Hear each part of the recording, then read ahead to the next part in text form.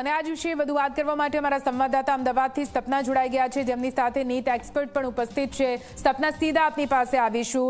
એ તમામ વિદ્યાર્થીઓ જેમણે આ પરીક્ષા આપી હતી તેમની આશા પર અત્યારે પાણી ફરી વળ્યું છે, તેમની મહેનત પર પાણી ફરી વળ્યું છે, કેમ કે પેપર લીક થયું છે। કેટલાક લાખમાં વેચાયેલા પેપર કેવી રીતે અહીંયા કરોડોની મહેનત પાણી ફેરવી રહ્યા છે।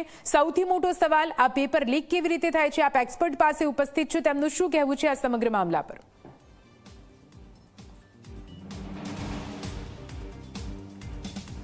बिल्कुल थी निधि, 2 વર્ષની સતત મહેનત રહે છે। સ્કૂલનું સિલેબસ પણ પૂરું કરવું અને તેની સાથે સાથે નીટ એક્ઝામની પણ તૈયારી કરવી, એટલે વિદ્યાર્થી એક ટેન્શનમાં 2 વર્ષ કાઢે છે, પરીક્ષા આપે છે અને ત્યારબાદ સામે શું આવે છે કે પરીક્ષા રદ થઈ ગઈ છે। આપણી સાથે એક્સપર્ટ ઉપસ્થિત છે, એમની સાથે વાતચીત કરીશું, એમને પૂછીશું, આપ જણાવો પેપર લીક કેમ થાય છે?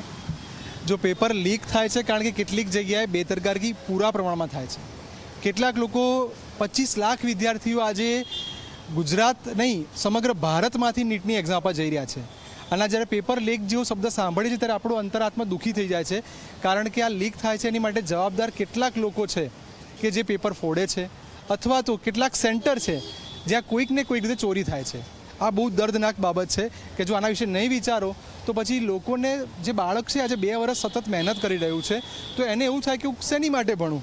આજે આપણે પૃથ્વી પરના ભગવાન ડૉક્ટરને કહી રહ્યા છીએ, ડૉક્ટર બનવા માટે કેટલાક લોકો બિચારા બહુ ગરીબ હોય છે, બહુ સખત મહેનત કરી હોય છે માતા પિતાએ, અને જ્યારે બાળક એક્ઝામ આપે છે ને 15 દિવસ પછી ખબર પડે છે કે આ સેન્ટર ઉપર ચોરી થઈ, આ સેન્ટર ઉપરના 50% વિદ્યાર્થીઓ એ ડૉક્ટર માટે સિલેક્ટ થઈ ગયા અને બાકીના બધા લોકો કેન્સલ થઈ ગયા છે। કેટલાકે બેન નવાઈ લાગશે, 2-2, 3-3 વર્ષ ડ્રોપ લીધા હોય છે, તો આ ચોરી અટકાવવી બહુ જરૂરી છે અને એની સાથે સાથે આગમચેતીના કેટલાક પગલાં સ્ટ્રિક્ટ એક્શન લેવા જોઈએ।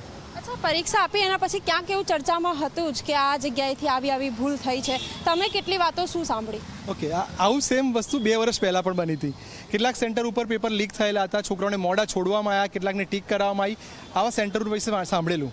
આ વખત પણ જેવી નીટની એક્ઝામ પતી એટલે ચર્ચામાં 1-2 સેન્ટર આવી ગયેલા હતા કે ત્યાં ચોરી થવાની શક્યતાઓ મેક્સિમમ છે, અને પછી તમે જોયું હશે કે જે મોટા મોટા સેન્ટર આપણે જોવા જઈએ તો ગુજરાત, દિલ્હી, રાજસ્થાન, પણ સિકાર જેવા પ્રદેશની અંદરથી આપણે 50% કરતાં વધારે ડૉક્ટરો બહાર પડે છે, જે પ્રશ્નાર્થ આપે છે કે આ ચોરીનું પ્રમાણ બહુ વધારે થઈ રહ્યું છે। હવે સૂચનાઓ જ્યારે મળી આ પ્રકારની કે જ્યારે પરીક્ષા રદ થઈ ગઈ છે, ઘણા બધા વિદ્યાર્થીઓના તમને રિસ્પોન્સ આવી રહ્યા હશે, એમની શું વેદનાઓ છે? જો બાળકોની વેદના જોવા જઈએ ને તો બહુ જ દુઃખભરી છે, કારણ કે એ લોકોને એવું થાય કે યાર 2-2 વર્ષ આપણે મહેનત કરીએ છીએ, એક ટ્રાન્સપરન્સી સાથે સરકારે એક્ઝામ લઈ રહેવાની વાતચીત કરે છે, અને પછી ક્યાંક ને ક્યાંક આવું થાય ને એટલે બાળકને અંદર ખાને અવિશ્વાસ જાગે છે કે આ બધું જે થઈ રહ્યું છે શેની માટે।